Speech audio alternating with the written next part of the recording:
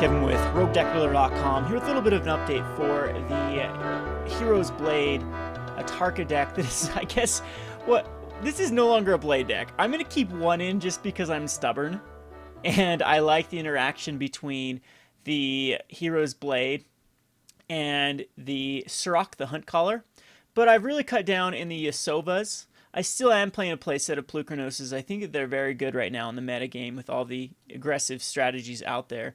And the 5/5 dodges the Stoke the Flame, which is still one of the most used spells in the format. So Polukranos is going to stay in. I've added like Rattleclaw Mystics. I was thinking that maybe Polukranos needs to be cut down to Death Mist Raptors, but and then put in the sideboard, but for now I'm gonna throw them in the main board. So this is the list that I have. Let's go down it. We're playing a full play set of Elvish Mystics. They're the best card in the deck, hands down, because they ramp you into earlier Fanatic of Xenagoses, or into even like earlier Polukranos or the Surrak. What I would consider the quote-unquote God Draw would be first turn Elvish Mystic, into a second turn Boon Satyr, into a third turn Surrak. And a lot of times you're just hitting for insane amount of damage, and you can follow it up with Crater's Claws.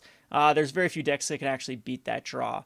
So I have added a Harbinger of the Hunt, as this card is very, very good against the Hordeling Outburst decks, and I have been losing a lot of games to Hordeling Outburst. So I have 3 Twin Bolts, 2 Arc Lightnings, and the Harbinger of the Hunt. Now, it's got also good synergy with Hornet Nest. So we have kind of this feel of moving over to green-red bees against decks that this strategy is good against, because the Harbinger can tick for just 3, deal 1 damage to each creature without flying, and that gets you a Hornet Nest Death Toucher insect token. And it's also not bad with like Shamanic Revelation, as this is my go-to gain life card versus the aggro decks, as well as it's not bad against control either, as you can draw some cards. So far it's been doing pretty well.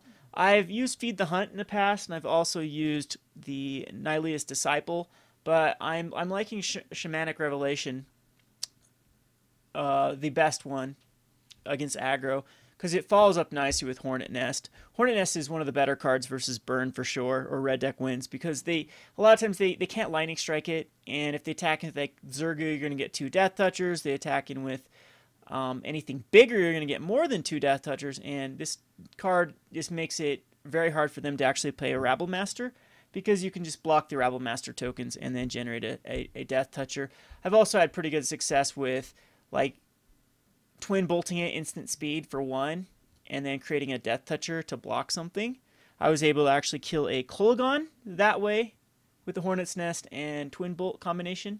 And I've also been able to Crater's Claw my own Hornet Nest for quite a bit before. I mean, that's usually what the Bees deck does with Perforos or Impact Tremors, is they can Crater's Claw for a gazillion and actually have that be the win condition.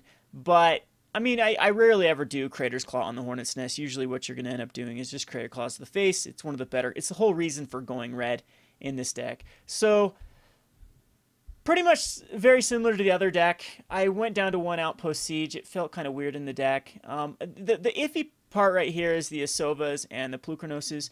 In the metagame right now, I've had a lot of success with stealing stuff with Yasova, so I'm going to keep it in. And this isn't a bad 3-drop. The trample is very relevant here. For a 4/2 trample for 3, can get through tokens. And again, it's good with like Xenagos. You can pump it up to an 8/6.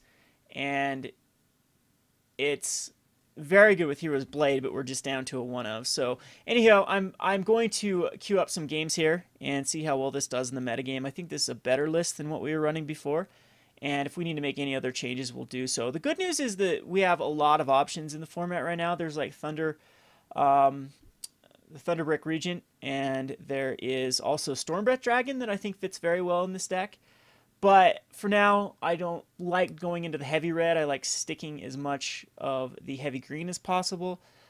Again, that is something that could definitely be an option in the future. I thought about going into a little bit more of the mana generation, and then you can go into cards like the Generator Servant, but then you're starting to get into the red-green devotion list, and I just like this a lot better. So we'll queue up some games here. This is Kevin with RogueDeckBuilder.com. Thanks for watching.